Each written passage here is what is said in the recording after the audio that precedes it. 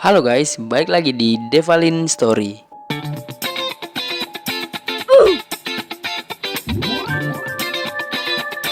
Film ini mengangkat mitos yang sudah lama melekat dalam masyarakat Indonesia hingga saat ini. Kalian tahu nggak kenapa orang tua kita dulu selalu bilang anak-anak harus segera pulang ke rumah saat memasuki maghrib tiba? Ternyata faktanya dalam Islam pun ada anjuran untuk tidak membiarkan anak-anak keluar rumah saat maghrib tiba. Orang Jawa kuno juga biasanya melarang anak-anaknya untuk tidak keluar rumah saat menjelang petang. Konon takutnya terkena gangguan setan. Ternyata jauh hari Rasulullah telah berpesan agar orang tua tidak melepas anak-anaknya di sore hari saat menjelang petang. Sesungguhnya Rasulullah bersabda, "Jika malam datang menjelang atau kalian berada di sore hari, maka tahanlah anak-anak kalian, karena sesungguhnya ketika itu setan sedang bertebaran." Nah, tapi dalam film ini diangkat dari kisah nyata tersebut, dan di mana ada seorang bocah yang sedang bermain saat maghrib tiba. Tanpa mereka sadari, para jin dan setan telah mengintai mereka. Sampai pada akhirnya hal yang mengerikan pun terjadi. Gimana kelanjutan alur ceritanya? Langsung saja siapkan cemilan kalian dan tonton video ini sampai selesai. Check in out. Cerita diawali oleh 3 orang anak yang sedang bermain di tengah hutan guys. Anak itu bernama Karta, Derajat, dan juga Wati. Mereka sedang bermain di pinggir hutan. Tiba-tiba terdengar suara azan maghrib. Wati pun mengingatkan kepada Karta dan juga Derajat bahwa maghrib sudah tiba dan mereka harus cepat pulang. Karta, Derajat, balik yuk. Namun karena Karta dan Derajat tetap saja bermain, hingga pada akhirnya Wati pun pulang sendirian. Lalu ketika Derajat melemparkan kayu yang sedang dimainkan itu, tanpa disengaja kayu itu pun masuk ke dalam hutan. Dan Karta yang bertugas untuk mengambil kayu itu mau tidak mau harus masuk ke dalam hutan. Namun tiba-tiba hal yang tidak terduga pun terjadi.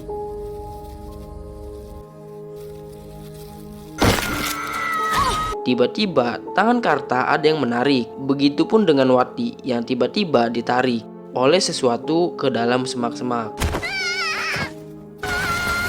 Karta yang masih ditarik oleh tangan dari sebuah lubang, akhirnya Karta berhasil melepaskan genggaman tersebut. Namun salah satu jari dari Karta harus terpotong. Tentu Karta pun menjerit kesakitan. Sementara Wati dan Derajat tidak diketahui nasibnya. Lalu 30 tahun kemudian kita diperlihatkan dengan 3 orang anak yang bernama Adi, Saman, dan juga Ayu. Adi dan juga Saman terlihat mereka akan berangkat ke sekolah. Namun Saman terlihat masih mancing. Adi yang melihat temannya tersebut langsung memanggilnya, dan Saman pun bergegas berangkat ke sekolah. Di tengah perjalanan menuju sekolah, mereka berpapasan dengan seorang laki-laki yang sangat lusuh dan seperti orgil.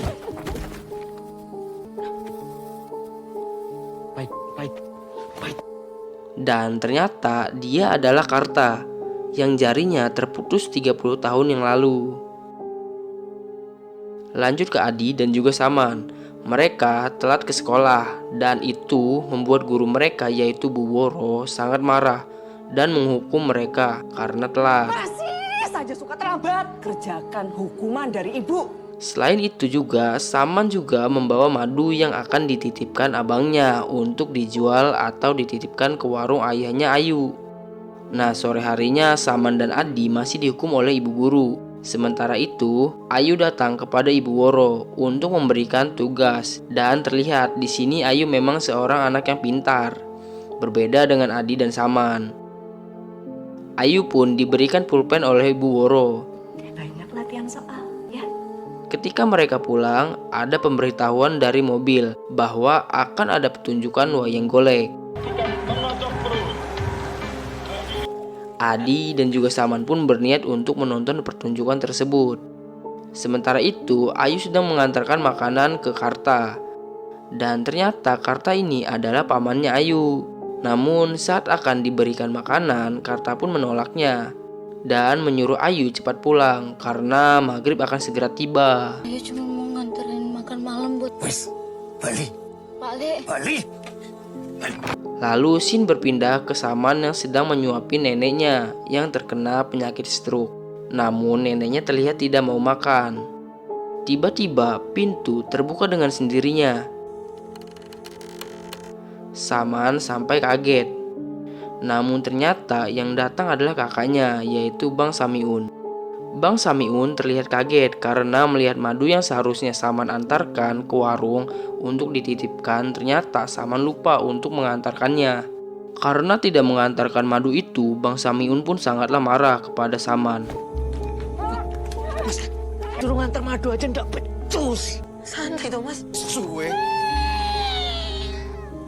Karena itu adalah satu-satunya penghasilan yang mereka dapatkan. Bang Samiun pun memperingatkan Saman bahwa besok madu tersebut harus sudah diantarkan ke warung.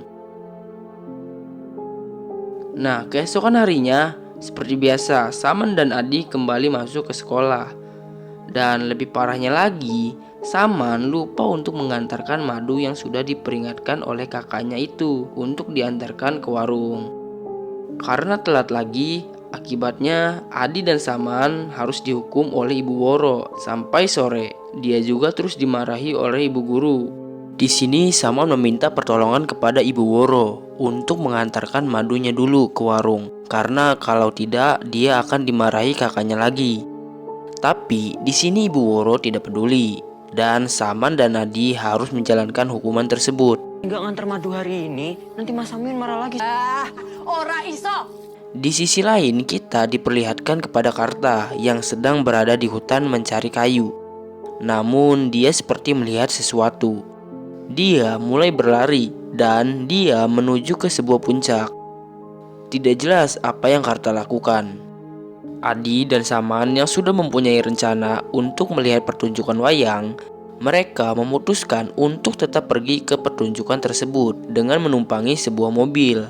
Namun lagi-lagi Saman selalu ceroboh. Madu yang seharusnya ia antar ke warung kembali lupa ia bawa. Di dalam mobil, Saman dan Adi terus menceritakan tentang Bu Woro yang sangat kejam terhadap mereka dan sering menghukumnya. Man, Woro tuh marah terus. Emang dasarnya saja dia sudah jahat. Nah, sementara itu Ibu Woro yang sedang berada di rumahnya dan sedang bekerja, ia mendapatkan teror dari makhluk halus.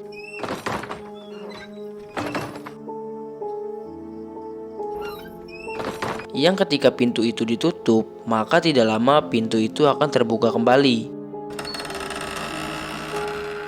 Sementara itu, di dalam mobil, Saman dan Adi terus membicarakan kejelekan Ibu Woro. Sampai Saman keceplosan bahwa lebih baik Bu Woro itu mati saja. Maka mereka akan bebas. Nih kalau perlu ya, biar mati si San. Hal itu membuat sang supir kaget. Akibatnya mobil sempat oleng dan mogok. Nah, sementara itu Ibu Woro terus mendapatkan teror dari makhluk aneh yang terus mengganggunya. Sampai pada akhirnya makhluk tersebut menampakkan dirinya kepada Ibu Woro. Dan ternyata makhluk tersebut menyerang Ibu Woro sampai ia meninggal dunia.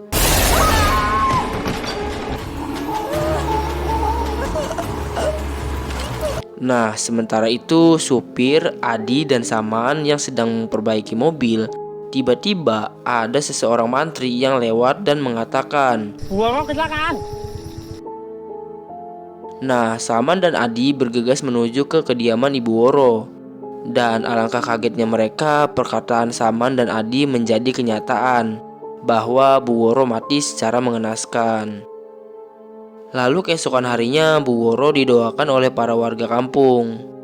Di sana juga ada Adi, Saman, dan murid-murid lainnya, termasuk Ayu.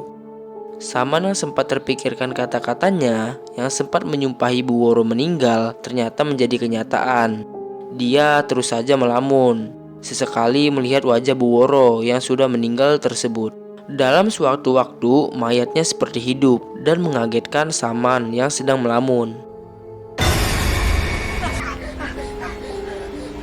Tidak sampai di situ saja guys. Mayat Bu Woro ketika dimasukkan ke dalam ambulan, hal aneh kembali terjadi. Saman melihat mayatnya hidup kembali. Begitu juga dengan warga lainnya, menjadi aneh.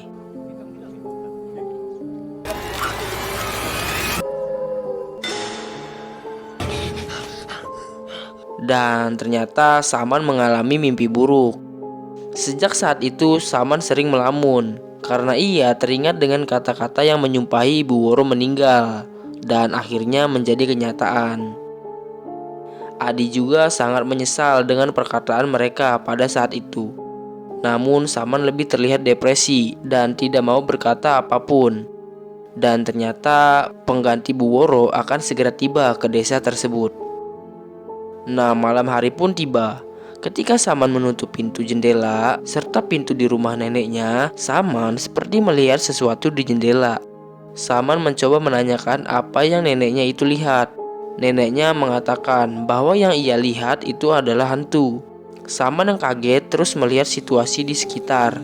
Dan akhirnya teror pun dimulai.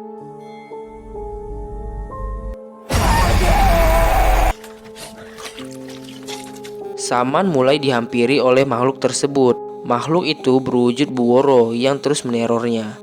Dan ketika ia di kamar mandi sedang mencuci mukanya, dia pun dihampiri oleh makhluk yang kemarin yang menghampiri Bu Woro.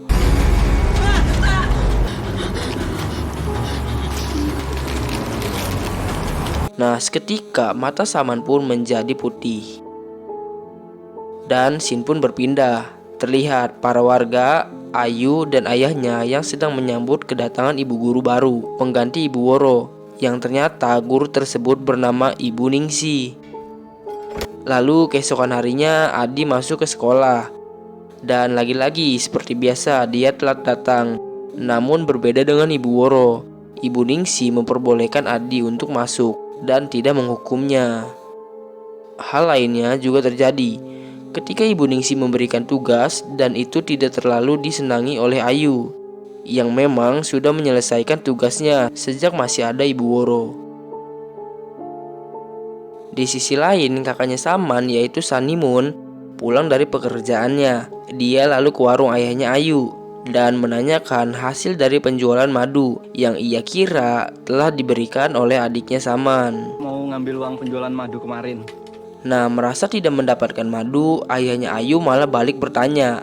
Tidak ada yang mengantarkan madu kepadanya. Uang apa? Uang madumu saja tidak pernah sampai ke sini. Tentu hal tersebut membuat Samiun marah besar dan bergegas untuk pulang menemui Saman. Tentu di sini kita berpikir bahwa Saman telah meninggal, seperti kasus Ibu Woro. Sesampainya di rumah, Bang Samiun mendatangi Saman. Dia langsung memukuli Saman habis-habisan. Kita itu dan tidak punya. Neneknya yang melihat kejadian itu hanya bisa meringis dan tidak bisa berbuat apa-apa. Bang Samiun yang sedang memukulkan Saman sambil bertanya kepada Saman apa yang ia inginkan. Mau apa teman? Lalu secara mengejutkan Saman menjawab bahwa ia ingin Samiun mati. Mau kamu mati. Mau apa weh? Ngomong apa? Samiun pun kembali menyiksa Saman. Tiba-tiba dia melihat makhluk lain yang berada di belakangnya. Makhluk tersebut mulai mendekati Samiun, yang membuat Samiun pun tidak sadarkan diri. Lalu Saman langsung mengambil sebuah pisau dan menusuk kakaknya secara brutal. Neneknya yang melihat kejadian tersebut hanya bisa melihat dan tidak bisa melakukan apa-apa. Saman seperti kerasukan jin yang sangat jahat. Dia menusuk kakaknya membabi buta sampai kakaknya mati. Namun tidak terlihat ada penyesalan di wajah Saman. Dia malah terlihat tersenyum, lalu meninggalkan mayat kakaknya tersebut. Nah, malam harinya Saman yang seperti kerasukan setan lalu mendatangi rumah Pak Kades yang terdapat beberapa ekor ayam di kandangnya. Dengan mata yang memerah, ia tersenyum sinis. Sementara Karta melihat dari kejauhan kejadian tersebut. Lalu Karta menempelkan sesuatu seperti jimat. Pagi harinya saat ayah Ayu membukakan warungnya, di sana sudah ada Saman yang membenturkan kepalanya ke tembok sambil ditanya oleh ayahnya Ayu. Tapi Saman tidak menjawabnya dan terus melakukan hal tersebut terus-menerus. Lalu ketika didekati oleh ayahnya Ayu, Saman memberikan botol madu. Lalu ia pergi berlari. Mau kemana? Setelah dilihat isinya, ternyata itu adalah darah. Di rumah Pak Kades terlihat Pak Kades juga sangat kaget dengan ayamnya yang sudah mati mengenaskan. Sementara itu Ayu di sekolah dia juga mengalami hal yang aneh. Dia melihat sosok Ibu Woro yang menghantuinya. Tidak hanya itu, di dalam kelas Ayu juga mendapatkan teror yang serupa dari hantu Ibu Woro.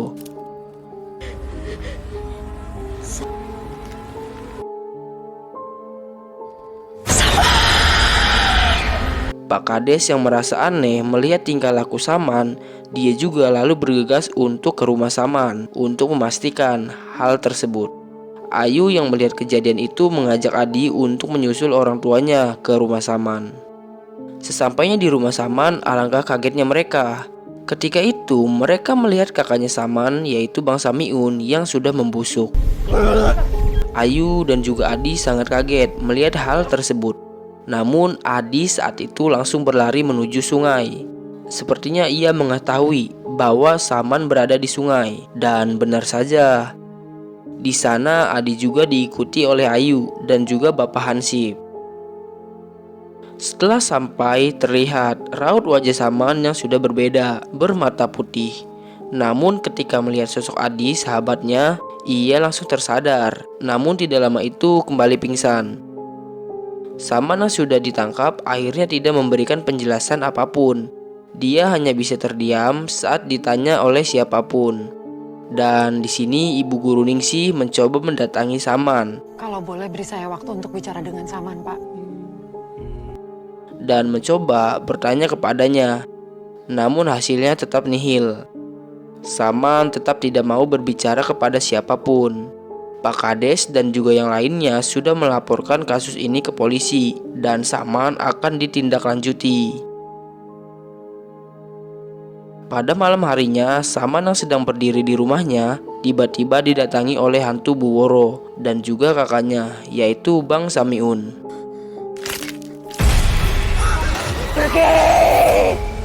Lalu singkat cerita, polisi pun datang dan hendak memeriksa Saman. Namun mereka mendapati Saman sudah gantung diri dan dia dinyatakan tewas. Keesokan harinya, pemakaman Saman pun dilakukan. Di sana Ayu dan Bu Ningsih terlihat sedih. Dan tentu saja yang paling sedih adalah sahabatnya, yaitu Adi, yang terlihat menangis melihat kepergian kawannya tersebut.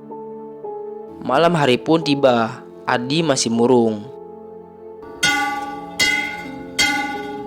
Ketika di sekolah, Adi masih tidak bisa menyembunyikan kesedihannya. Ketika yang lain sudah pulang, ia masih duduk lesu dan melamun. Ibu Guru Ningsih pun mendatangi Adi dan mencoba menghibur Adi agar tidak sedih lagi atas apa yang sedang ia pikirkan. Ibu cuma bisa membayangkan apa yang Adi bersama Ibu Guru Ningsih pun memilih untuk melakukan pembelajaran tambahan ketika maghrib. Dan satu hal lagi di pelajaran tambahannya kita mulai hari ini. Aneh juga ya, maksudnya kayak kok bisa gitu loh murid melakukan pelajaran tambahan di saat maghrib. Nah, di saat maghrib tiba, Adi masih berada di kelas dan malahan ditinggal oleh Ibu Guru Ningsih. Ibu Guru Ningsih bilangnya sih dia ingin izin untuk sholat di rumahnya. Ibu tinggal sebentar ya, mau sholat di rumah. Sebentar ya. Sementara itu Adi sholat di ruangan kelas. Tentu saja waktu maghrib tersebut menjadi waktu penggantian antara siang dan malam. Dan menurut legenda di negara 62 bahwa saat penggantian siang dan malam adalah waktunya para makhluk lain keluar dan berkeliaran. Adi akhirnya melaksanakan sholat di kelas tersebut. Namun seperti yang sudah diduga bahwa ketika ia membaca Al-Fatihah, tiba-tiba ada yang mengamininya.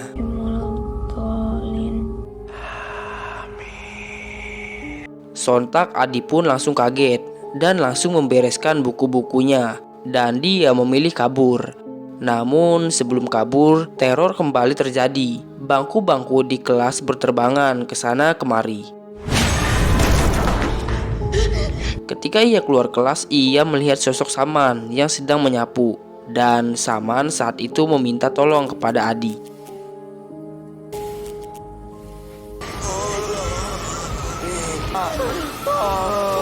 Adi tidak bisa bergerak sama sekali. Dia hanya bisa pasrah ketika Saman mendekatinya. Adi pun mengalami hal yang serupa seperti yang dialami Saman. Kemudian scene berpindah ke rumah Adi.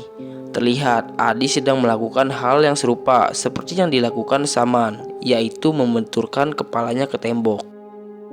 Ayahnya yang melihat hal tersebut tentu kebingungan. Namun saat itu ketika ditanya, Adi berkata bahwa ia masih mengantuk. Gue kenapa? Dia masih ngantuk. Nah, sementara itu ketika ayah Adi keluar, ia melihat Karta yang sedang mengintip. Ternyata Karta dianggap orang gila oleh warga kampung di sana. Dan hal yang serupa pun kembali terjadi. Karta menempelkan jimat yang ditempelkan di rumah Adi. Bagaimana menurut kalian? Siapakah sosok di balik teror tersebut? Scene berpindah di sekolah dan bel pulang sekolah telah berbunyi. Saat itu semua murid meninggalkan kelasnya kecuali Adi. Ayu sempat menanyai Adi, namun Adi tidak berkata apa-apa. Dia tetap melamun dan tatapannya kosong. Setelah Ayu keluar, pulpen yang dulu pernah diberikan Ibu Woro terjatuh. Saat Ayu ingin mengambil pulpen tersebut, tiba-tiba Ayu digagetkan dengan sosok hantu Bu Woro yang muncul secara tiba-tiba. Setelah itu Ayu melihat ke dalam kelas. Ternyata Adi juga telah menghilang. Di sana Ayu terlihat kaget dan mencoba mencari Adi ke hutan. Ketika Ayu sedang mencari Adi, Ayu didatangi oleh Karta yang memegang pundaknya. Sementara itu di sore harinya tiba-tiba Adi memanggil anak kecil yang sedang bermain.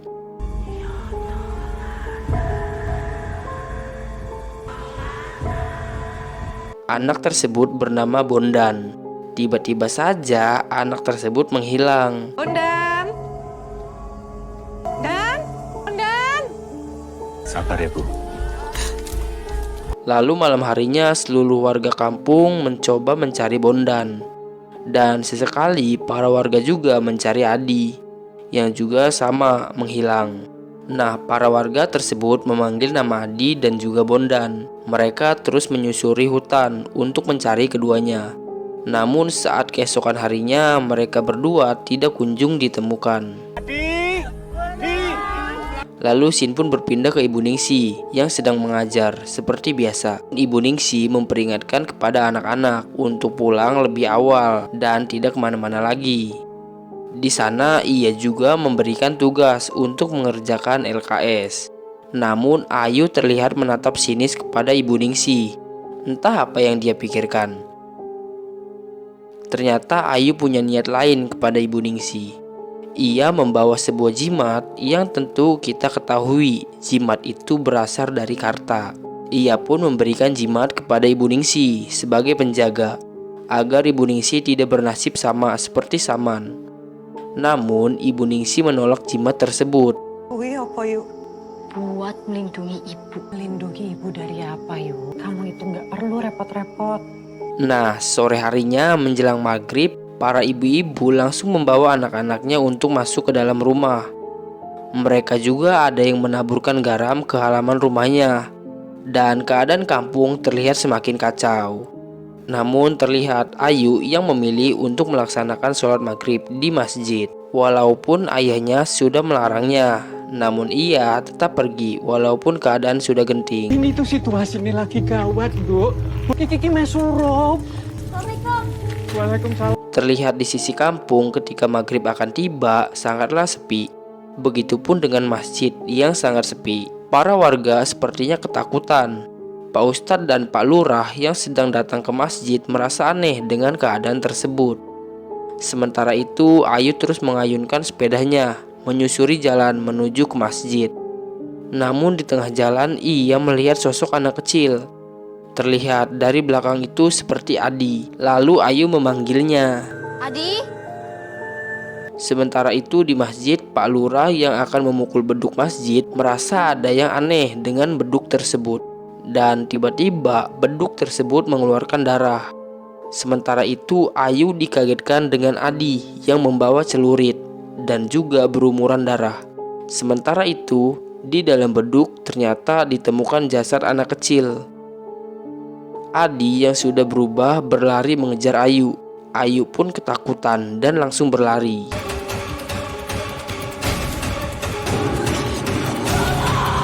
Dia pun diselamatkan oleh ibu-ibu di sana untuk memasuki rumahnya. Namun Adi terus saja menyerangnya menggunakan celurit. Ternyata Adi berhasil masuk dari pintu belakang. Namun sebelum Adi membunuh Ayu, Adi langsung dipukul oleh Pak Hansip dan Adi pun seketika pingsan. Di sisi lain, ayahnya Ayu juga mencemaskan keadaan Ayu yang tidak kunjung pulang. Malah ayahnya Ayu melihat sosok pocong yang terlihat itu adalah mayat Saman. Di sisi lain juga, Adi yang sedang dipegang oleh para warga sepertinya kerasukan setan yang sangat dahsyat. Ia pun diruqyah oleh Pak Ustadz. Adi pun tersadar, lalu ia pun muntah darah. Sementara itu di tempat lain, Karta sedang menjampi-jampi jimat yang sering ia berikan kepada para korban hantu tersebut. Hansip yang sedang berada di luar bersama para warga lainnya menceritakan bahwa Bondan memberikan keterangan kalau ia diajak Adi menuju kuburan Saman. Dan dengan nekatnya Adi menggali kuburan Saman dan mengambil mayatnya. Lalu mayat Saman diletakkan di rumah ayahnya Ayu yang tidak lain adalah warung yang sering dijajarkan madu oleh Saman ketika Saman masih hidup. Nah, mereka pun kebingungan dengan apa yang sebenarnya terjadi. Di sini ayahnya Adi teringat dengan jimat yang diletakkan oleh Karta. Saya mergoki Karta. Karta yang naruh ini di sini. Berarti pelakunya itu adalah Karta. Malam itu pun para warga sepakat untuk mendatangi rumah Karta. Dan di rumahnya Karta sendiri, Karta seperti sedang melakukan ritual. Tidak lama kemudian, Karta dibawa oleh para warga dan dihakimi oleh warga. Untung saja tidak lama Pak Lurah dan Hansip berhasil menahan mereka. Sementara itu terlihat Ayu juga kurang sehat. Ayu berkata kepada ayahnya bahwa tidak mungkin pamannya yaitu Karta tidak mungkin melakukan semua itu. Namun ayahnya mengatakan bahwa kalaupun Karta menjadi pelakunya, ia sudah rela akan hal tersebut dan dia sudah menyerahkan masalah ini ke Pak Lurah. Akhirnya ayahnya Ayu pun pergi meninggalkan Ayu. Nah, tidak lama kemudian Ibu Ningsi datang ke sana untuk menengok Ayu. Nyuwun sewu. Ibu Ningsi pun berbicara kepada Ayu dan menanyakan kabarnya. Kamu baik-baik saja kan yuk? Semalam ibu main ke rumah Karta. Namun semakin lama gelagat Ibu Ningsi itu semakin aneh. Ayu pun mengambil jimat yang telah ia berikan oleh pamannya yaitu Karta.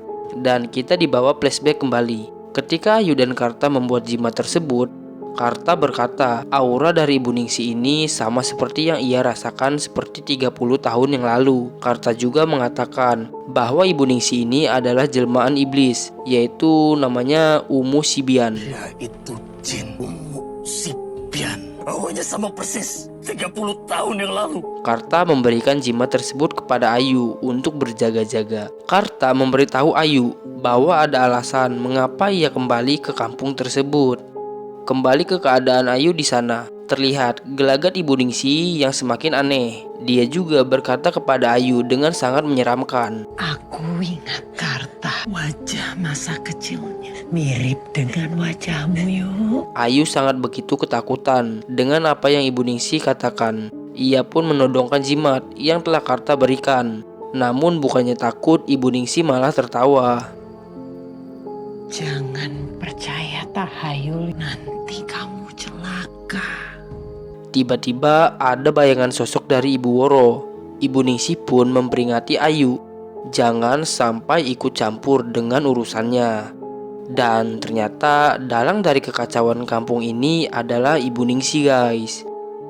Dan ternyata Ibu Ningsi ini adalah jelmaan dari jin, yaitu namanya Umu Sibian. Mati gue.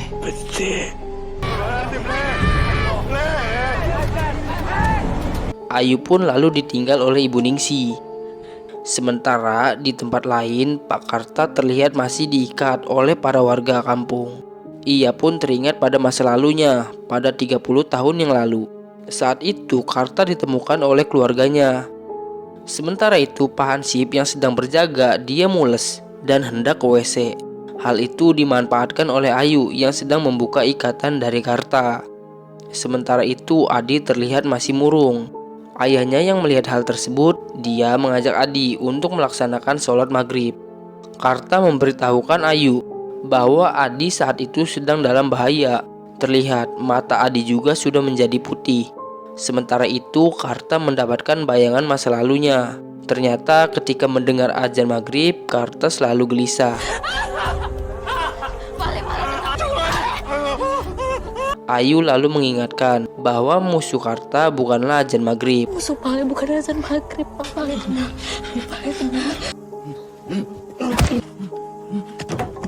Karta menyuruh Ayu untuk segera menyelamatkan Adi. Sampailah Ayu di rumah Adi, dan benar saja, saat itu Adi sudah menghilang. Ayu pun bergegas untuk mencari keberadaan Adi. Sementara itu Karta mendatangi rumahnya Ibu Ningsi, dan ia melihat Ibu Ningsi di kamarnya secara menyeramkan. Ibu Ningsi mengingatkan Karta pada masa lalu 30 tahun yang lalu, dan dia mengatakan bahwa jari Karta yang hilang itu adalah perlakuan dirinya. Tidak hanya itu, setan tersebut juga menyerupai temannya Karta, yaitu Wati yang di awal film tadi. Kita dibawa ke flashback sedikit. Pada saat itu Wati terbaring di tengah hutan. Terlihat derajat yang sudah digantung oleh iblis tersebut. Akhirnya makhluk tersebut menunjukkan wujud aslinya.